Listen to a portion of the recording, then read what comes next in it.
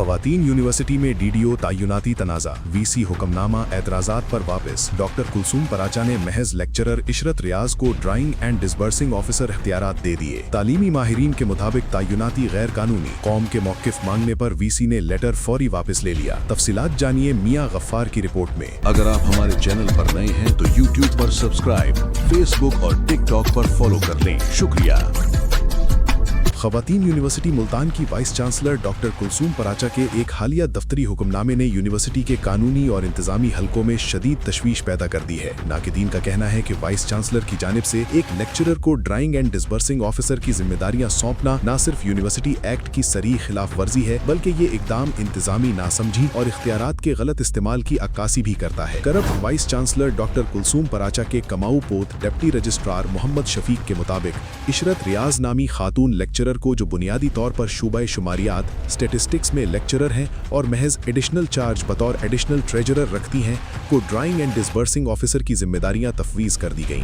माहिरीन के मुताबिक ये तैनाती कानूनी तौर पर नाकाबिले जवाज़ है, क्योंकि खवातीन यूनिवर्सिटी मुल्तान एक्ट के section 15/3 funds and investment of university में वाज़ेह तौर पर दर्ज है कि यूनिवर्सिटी के माली उमूर और बतौर डीडीओ जिम्मेदारियां ट्रेजरर की आईनी स्टैट्यूटरी जिम्मेदारियां हैं।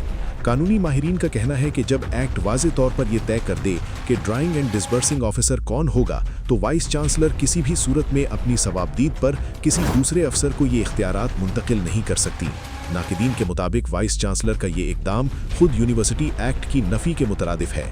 मजीद ये कि बाज़ हलकों का कहना है कि अगर वाइस चांसलर इस नौयत का कोई इंतज़ामी फैसला करना भी चाहती तो कम अज़ कम इसे सिंडिकेट के ज़रिए लाया जाना चाहिए था। ताहम कानूनी माहिरीन इस नुक्ते पर भी मुत्तफ़िक नज़र आते हैं कि ये इख्तियार बज़ाते खुद सिंडिकेट को भी हासिल नहीं, क्योंकि एक्ट में डीडीओ की जिम्मेदारी वाज़ेह तौर पर एक आईनी ओहदे से मुंसलिक है। वाइस चांसलर की जानिब से अपने फैसले के हक में सेक्शन 12(4)(a) का हवाला दिया गया है। ताहम नाकिदीन के मुताबिक ये शक महज वाइस चांसलर को इस बात की इजाज़त देती है कि वो असातिज़ा या मुलाजिमीन को इंतज़ामी उमूर में मुआविन जिम्मेदारियां सौंप सकें, लेकिन इस शक के तहत किसी भी सूरत में एक स्टैट्यूटरी फाइनेंशियल पावर जैसे डीडीओ के इख्तियारात किसी गैर मुजाज फ़र्द को मुंतकिल नहीं किए जा सकते। यूनिवर्सिटी के अंदरूनी हलकों में ये सवाल भी शिद्दत से उठाया जा रहा है कि आया इस फैसले के पीछे महज ला इल्मी है या फिर जानबूझकर कानून को नज़रअंदाज किया गया। नाकिदीन का कहना है कि ऐसे फैसले इदारे की साख, शफाफियत और माली नज़्म ज़ब्त पर सवालिया निशान बन रहे हैं। ये खबर जब मौक़िफ़ के लिए करप्ट वाइस चांसलर को भिजवाई गई तो उन्होंने फौरी तौर पर डॉक्टर इशरत रियाज से ड्राइंग एंड डिसबर्सिंग ऑफिसर का चार्ज लेते हुए खजांची का चार्ज डॉक्टर अनम जावेद को सौंप दिया और गुज़िश्ता रोज़ निकाला गया लेटर खबर के मौक़िफ़ के लिए भेजने के फौरी बाद वापस ले लिया। यहाँ ये अम्र काबिल ज़िक्र है कि डॉक्टर कुलसूम पराचा ने खजांची का पिछला चार्ज डॉक्टर तंजीला को 3 माह के लिए सौंपा था, मगर वो ज़ाती वजूहात और डॉक्टर कुलसूम पराचा के साथ धोखाधही में मुलव्विस ना होना चाहती थी, जिस पर उन्होंने छुट्टियाँ ले रखी थीं।